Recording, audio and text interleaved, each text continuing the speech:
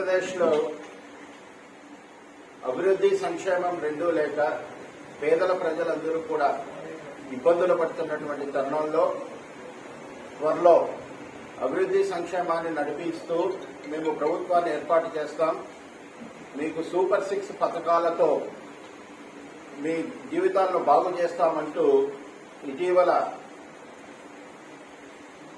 నాశనమైనటువంటి రాష్ట్రాన్ని తిరిగి పునర్నిర్మాణం చేసుకుంటామని చెప్పి తెలుగుదేశం పార్టీ రా కదలిరా అని పిలుపునిచ్చింది. అందులో భాగంగా మేము ప్రతి పార్లమెంటు వ్యాప్తంగా చంద్రబాబు నాయుడు గారి సమావేశాలు జరుగుతూ వస్తూ ఉన్నాయి. అక్కడ జనాలు తండోపతండాలుగా వచ్చి సభలను సక్సెస్ చేస్తూ ఉన్నారు. ఎన్నికల సమయము ప్రజాదరణ లేదు అంటారన్నటువంటి ఉద్దేశంతో వైసీపీ ప్రభుత్వం ఒక ఎత్తుగడ వేసింది. తెలుగుదేశం వాళ్ళకి 7 సభలకు విపరీతమైన జనం వస్తున్నారు. 7 నియోజకవర్గాలు కలిపి ఒక సమావేశం పెడుతూ ఉంటే మాకు వస్తారో లేదో అన్నటువంటి భయంతో 52 నియోజకవర్గాలు కలిపి ఒక మీటింగ్ పెట్టారు. మీటింగ్ పెట్టి అక్కడికి జనాన్ని బలవంతంగా ప్రభుత్వ అధికారులను ఉపయోగించుకొని అందరినీ బ్లాక్మెయిల్ చేసి ఒత్తిడి చేసి ఏ విధంగా తరలించినారనేటువంటిది మనందరికీ తెలుసు. తరలించి అక్కడ సమావేశాలు పెట్టి అబద్దాల మాటలు చెప్పడం ప్రారంభించినారు. అందులో ఒకటి, చంద్రబాబు నాయుడు ప్రభుత్వంలో అభివృద్ధి చెందలేదు, నేను బటన్ నొక్కి పేదల జీవితాలను మార్చేసినాను. మేము ఒకటే ప్రశ్నిస్తున్నాం, నువ్వు బటన్ నొక్కి పేదల జీవితాలు కనుక మార్చి ఉంటే నీ బటన్ నొక్కుడు వల్ల కరెంటు బిల్లులు 7 సార్లు ఎందుకు పెరిగినాయి? నీ బటన్ నొక్కుడు వల్ల బస్ ఛార్జీలు 3 నుంచి 5 సార్లు ఎందుకు పెరిగినాయి? నీ బటన్ నొక్కుడు వల్ల డీజిల్, పెట్రోలు, నిత్యావసర సరుకులన్నీ ఎందుకు పెరిగినాయి? నీ బటన్ నొక్కుడు వల్ల బీసీ వర్గాలకు చెందినటువంటి 27 సంక్షేమ పథకాలు ఎందుకు రద్దయినాయి? నీ బటన్ నొక్కుడు వల్ల బీసీ వర్గాలకు చెందినటువంటి స్థానిక సంస్థల్లో 10% రిజర్వేషన్ ఎందుకు తగ్గింది? నీ బటన్ నొక్కుడు వల్ల నువ్వు రిజర్వేషన్ దూరమైంది. నీ బటన్ నొక్కుడు వల్ల పెళ్లి కానుక ఏమైంది? నీ బటన్ నొక్కుడు వల్ల పేదలు చనిపోతే ఆ కుటుంబానికి భరోసాగా ఇచ్చే చంద్రన్న బీమా ఏమైంది? నీ బటన్ నొక్కుడు వల్ల పేదలు విదేశాల్లో చదివేటటువంటి విద్య ఏమైంది? నీ బటన్ నొక్కుడు వల్ల ఫీజు రింబర్స్మెంట్ టయానికి రాక ఉన్నత చదువు దూరమైనటువంటి విద్యార్థుల భవిష్యత్తు ఏమైంది? నీ బటన్ నొక్కుడు వల్ల 6 లక్షల మంది వృద్ధులకు పెన్షన్ ఆగిపోయింది. నీ బటన్ నొక్కుడు వల్ల రైతులకు డ్రిప్ ఇరిగేషన్ ఆగిపోయింది. నీ బటన్ నొక్కుడు వల్ల రైతులకు ఇవ్వాల్సినటువంటి విత్తనాలు అందడం లేదు. నీ బటన్ నొక్కుడు వల్ల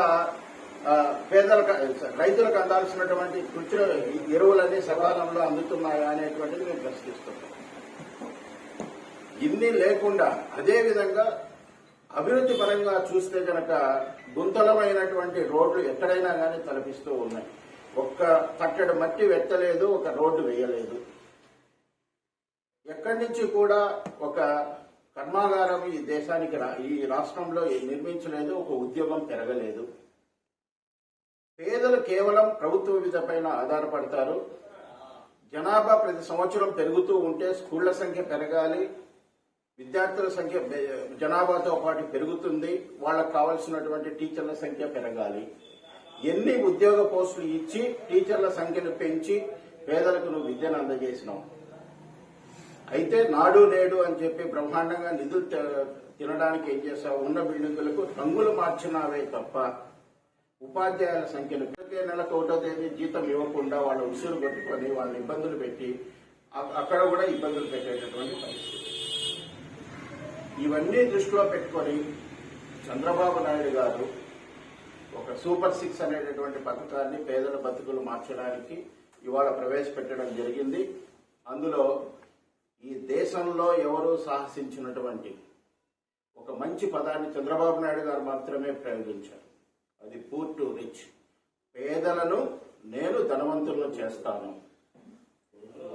అభివృద్ధి చేస్తాను, అభివృద్ధి ద్వారా వచ్చినటువంటి నిధులను సంక్షేమానికి మళ్లిస్తాను అని చెప్పి అభివృద్ధి కోసం P4 పథకాన్ని ప్రవేశపెట్టి సంక్షేమం కోసం సూపర్ 6 పథకాలు.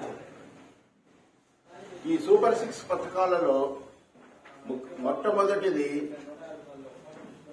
ఆడబిడ్డ నిధి కింద ఇంట్లో వాళ్ళకి జీవనం జరగడానికి నెలకు 1500 రూపాయలు ఇవ్వడం జరుగుతుంది. రెండవది తల్లికి వందనం పథకం కింద ఇంట్లో ఎంతమంది బిడ్డలైతే చదువుకుంటారో అంతమందికి సంవత్సరానికి 15,000 రూపాయలు ఇవ్వడం జరిగింది. గతంలో ఇంటికి ఒకరికి మాత్రమే ఇచ్చేటటువంటి వాళ్ళు 5 సంవత్సరాలు బిడ్డలకి చదువుకుని 15,000 రూపాయలు ఇస్తానని చెప్పినటువంటి ముఖ్యమంత్రి కేవలం 3 సార్లు ఇచ్చాడు. అందులో ఏదో మామకు రిటర్న్ గిఫ్ట్ అని చెప్పేసి 15,000 ఒక సంవత్సరం 14,000 చేసినాడు, 13,000 చేసి పేదలు ఉసురు కొట్టుకున్నాడు. అలా కాకుండా ఇంట్లో ఎంతమంది అయితే పిల్లలు ఉంటారో అందరికీ కూడా చదువుకునే దానికి అవకాశం ఉండే విధంగా సంవత్సరానికి 15,000 రూపాయలు ప్రతి ఒక్క బిడ్డకు ఇవ్వడం జరుగుతుంది. అలాగే రైతులకి అన్నదాత పథకం కింద ఇప్పుడు కేవలం 6,500 రూపాయలు ఇచ్చి సెంట్రల్ గవర్నమెంట్ లో ఉన్నటువంటి 6,500 రూపాయలు కలిపి గొప్పగా చేస్తూ అని చెప్పి తప్పుడు మాటలు చెప్తున్నాడు ముఖ్యమంత్రి. ఇచ్చేటటువంటి రాష్ట్ర ప్రభుత్వం 6,500 కూడా 3 విడతలుగా ఇచ్చి దేనికి పనికి రాకుండా చేస్తున్నాడు. ఆ 6,500 రూపాయలు దుక్కి దున్నుకోవడానికి కూడా ట్రాక్టర్ ఖర్చులకు సరిపోవట్లేదు. దీన్ని దృష్టిలో పెట్టుకుని తెలుగుదేశం ప్రభుత్వం అన్నదాత పథకం కింద ప్రతి రైతుకు 20,000 రూపాయలు డబ్బులు అందజేయడం జరుగుతుంది. అలాగే ముఖ్యంగా యువతకి 5 సంవత్సరాలలో 20 లక్షల ఉద్యోగాలు కల్పించడం జరుగుతుంది. అంతవరకు వాళ్ళు నిరాశ నిస్పృహలకు లోను కాకుండా నెలకు నిరుద్యోగ వృత్తి కింద 3,000 రూపాయలు ఇవ్వడం జరుగుతుంది. అలాగే పేదలకి ఇంట్లో ఉన్నటువంటి వాళ్ళకు భరోసాగా దీపం పథకం కింద నెలకు 3 గ్యాస్ సిలిండర్లు సంవత్సరానికి 3 గ్యాస్ సిలిండర్లు ఉచితంగా ఇవ్వడం జరుగుతుంది. అలాగే ఆడబిడ్డలందరికీ కూడా ఆర్టీసీ బస్సుల్లో ఉచిత ప్రయాణం ఇవ్వడం జరుగుతుంది. ఈ పథకాల ద్వారా బాబు గారు కలలకు అన్నటువంటి పూర్ టు రిచ్ ఏ విధంగా సాధ్యమవుతుంది అంటే కనుక ఇవాళ పేదల బతుకులకి పేదలందరికీ కూడా 3 ఆశిస్తున్నారు. ఒకటి వాళ్ళ జీవనానికి కావాల్సినటువంటి తిండి, రెండవది పిల్లలకు విద్య, మూడవది వైద్యం. ఇక్కడ తిండి కోసం వాళ్ళకి రేషన్ అనేటువంటిది అందుతుంది పేదలకి. అలా కాకుండా ఇంటి ఖర్చులకు కూడా ఆడబిడ్డ స్త్రీలందరికీ కూడా నెలకు 1,500 రూపాయలు ఇస్తే గనక వాళ్ళకి తిండి గురించి సమస్యలు అనేటటువంటివి ఉండవు. ఎంతమంది పిల్లలు ఉంటే అంతమందికి ఉచితంగా విద్యను అందజేస్తున్నాము. అలాగే ఇంతకుముందు ఉన్నటువంటి ఆరోగ్యశ్రీ పథకాలలో కేవలం ఇప్పుడు కొన్ని జబ్బులకు మాత్రమే ఉచిత వైద్యం అందుతుంది. అలా కాకుండా అవి టెస్టులు అయినా కానీ ఎటువంటి జబ్బు అయినా కానీ ఏ హాస్పిటల్లో అయినా కానీ ఉచితంగా ఉండే విధంగా వైద్యం అందుతుంది. కాబట్టి తిండి, విద్య, వైద్యం గనక వాళ్ళకి సమకూరితే వాళ్ళు కష్టపడి సంపాదించుకున్నటువంటి డబ్బు అంతా కూడా బిడ్డల పెళ్లిళ్లకు, ఇల్లు కొనుక్కోవడానికి ఉపయోగపడుతుంది. ఈ విధంగా పూర్ టు రిచ్ అనేటువంటి విధంగా పేదల బ్రతుకులు మార్చడానికి ఇవాళ బాబు గారు సూపర్ 6 పథకాన్ని ప్రవేశపెట్టినారు. దీంతో పేదలందరూ కూడా ఎప్పుడప్పుడు చంద్రన్న ప్రభుత్వం వస్తుందా, మా బతుకులు చితికిపోయినటువంటి బతుకులు బాగుపడతాయా అని ఎన్నికల కోసం ఎదురు చూస్తూ ఉన్నారు. ఇవి సూపర్ 6 పథకాలు ఖచ్చితంగా ఇంటింటికి వెళ్లినాయి. పేద ప్రజలందరూ కూడా తెలుగుదేశం పార్టీ వెంట ఉన్నారు. ఇవి భరించలేనటువంటి ముఖ్యమంత్రి పెద్ద పెద్ద సభలు పెట్టి 52 నియోజకవర్గాలకు సంబంధించినటువంటి సభను 7 నియోజకవర్గాలకు చెందినటువంటి సభను కంపేర్ చేసినా గానీ అక్కడ లేరు. అటువంటి విషయాలు చెప్తున్నటువంటి పత్రికా విలేకరులు కూడా దౌర్జన్యం చేయడం జరిగింది. ఈ విధంగా కల్లిబొల్లి మాటలతో ఆ మీటింగ్ లో అబద్దాలనేటువంటి ప్రచారం చేస్తున్నారు. కానీ ఇవాళ ప్రజలు ఎవరు కూడా వైసీపీ వాళ్ళ యొక్క మాటలు ఆల్రెడీ మోసపోయినారు.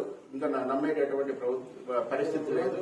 కాబట్టి వచ్చేటువంటి చంద్రన్న ప్రభుత్వమే ఈ ప్రభుత్వంలో అభివృద్ధి, సంక్షేమం 2 కాళ్లపైన సమానంగా నడిచి ఈ ఆంధ్రప్రదేశ్ రాష్ట్రం చంద్రబాబు నాయుడు గారి ఆధ్వర్యంలో ఉజ్వలమైనటువంటి స్థితికి వెళ్తుందని చెప్పి తెలియజేస్తారు.